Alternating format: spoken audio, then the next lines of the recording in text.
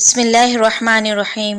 السلام علیکم دوستو، امید ہے آپ سب ایمان کے بہترین حالت میں ہوں گے۔ آج کی اس ویڈیو میں ہم آپ کو بتائیں گے اللہ کے نبی جن پر اندھیرے مسلط کرنے والی آزمائش آئی، آزمائش میں کس قدر اللہ پر توکل رکھا اور دعا کی تو اللہ نے دعا قبول کر لی، اور وہ کیا دعا تھی، ان کی قوم پر کیا عذاب آیا اور بعد میں وہ عذاب ٹل گیا، جانتے ہیں اس ویڈیو میں۔ قرآن مجید میں حضرت یونس علیہ السلام کا ذکر کئی مقامات پر آیا ہے۔ تاریخ میں آسوری قوم ایک طاقتور قوم کے نام سے جانی جاتی ہے، جس کا دارالحکومت آشور تھا۔ اس زمانے میں ایک چھوٹی سی بستی جس کا نام نینوا تھا۔ اس قوم کے لوگ بت پرست تھے۔ ان کے سب سے بڑے بت کا نام آشور تھا۔ یہ لوگ بادشاہ کو بھی خدا کا درجہ دیا کرتے تھے۔ یہاں کی آبادی 1,00,000 سے بھی زیادہ تھی۔ اس قوم کے لوگ بے حد مالدار اور ہنرمند تھے۔ اس قوم کے لوگ چوری، زنا، قتل، جھوٹ، کئی گناہوں میں مبتلا تھے۔ اللہ تعالیٰ نے حضرت یونس علیہ السلام کو لوگوں کی ہدایت کے لیے بھیجا۔ انہوں نے اپنے فرائض کو درجہ تک پہنچانے کی ہر ممکن کوشش کی اور لوگوں کو توحید کہنے لگی، ہم تیرے خدا کو نہیں مانتے۔ جب ان کی ضد اور ہٹ دھرمی حد سے بڑھ گئی تو اللہ کی طرف سے حکم ہوا کہ ان کو آگاہ کر دو، کچھ دن کے اندر اندر ان پر عذاب آنے والا ہے۔ یونس علیہ السلام نے اپنی قوم سے کہا کہ اگر تم لوگوں نے بت پرستی اور شرک نہ چھوڑا تو تم پر عذاب آئے گا، اور اگر تم نے توبہ نہ کی تو پورا شہر تباہ ہو جائے گا۔ لوگوں نے کہا، ہم عذاب کا انتظار کریں گے۔ پھر لوگوں نے مشورہ کیا۔ سب کا اتفاق ہوا کہ یونس کو کبھی جھوٹ بولتے نہیں دیکھا، اور یہ بھی طے پایا کہ اگر یونس اس بستی میں نہ رہے، یہاں سے نکل گئے تو ضرور عذاب آنے والا ہے۔ یونس علیہ السلام رات کو اس بستی سے نکل گئے، اور صبح کے وقت ایک سیاہ دھواں بادلوں کی شکل میں بستی والوں کے سروں پر منڈلاتا رہا۔ جب دھواں قریب ہونے لگا تو ان کو یقین ہو گیا کہ اب سب ہلاک ہونے والے ہیں۔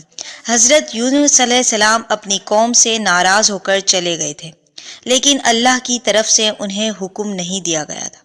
ان قوم کے لوگوں نے عذاب الہی دیکھ کر اللہ سے توبہ کر لی، اور اللہ نے انہیں معاف کر دیا۔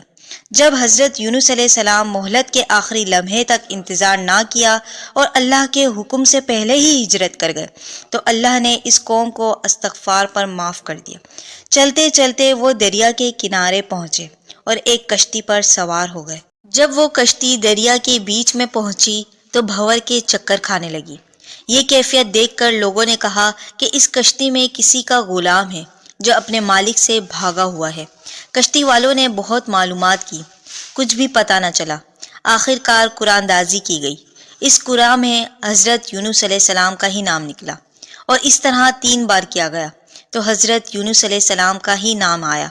چنانچہ کشتی والوں نے یونس علیہ السلام کو دریا میں ڈال دیا تاکہ کشتی بھنور سے بچ سکے۔ جب حضرت یونس علیہ السلام کو دریا میں ڈال دیا گیا تو اس وقت ایک بڑی مچھلی کو حکم ہوا کہ میرے پیارے بندے حضرت یونس علیہ السلام کو ثابت نگل جا، کسی طرح سے تکلیف نہ پہنچے۔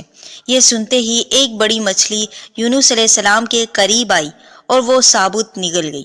حضرت یونس علیہ السلام جب مچھلی کے پیٹ میں پہنچے تو وہاں شدید اندھیرا تھا، اور اندھیرے میں اپنے رب کو پکارا۔ جب یونس علیہ السلام نے مچھلی کے پیٹ میں خود کو زندہ پایا تو اللہ سے ندامت کی کہ میں اللہ سے اجازت لیے بغیر امت سے ناراض ہو کر وہاں سے نکل آیا۔ مچھلی کے پیٹ میں اپنے اللہ کو پکارا۔ ان پر 3 اندھیرے مسلط کیے گئے تھے، رات کا اندھیرا، سمندر کا اندھیرا، مچھلی کے پیٹ کا اندھیرا۔ آپ نے یہ کلمات کہے، اے اللہ، تیرے سوا کوئی عبادت کے لائق نہیں، تو ایک ہے، یقیناً میں ظالموں میں سے ہوں۔ سورہ انبیاء۔ روایت میں آتا ہے کہ اگر یونس علیہ السلام یہ دعا نہ کرتے تو قیامت تک مچھلی کے پیٹ میں رہتے۔ انہوں نے کثرت سے اللہ کو یاد کیا اور اللہ کی تسبیح میں لگے رہے۔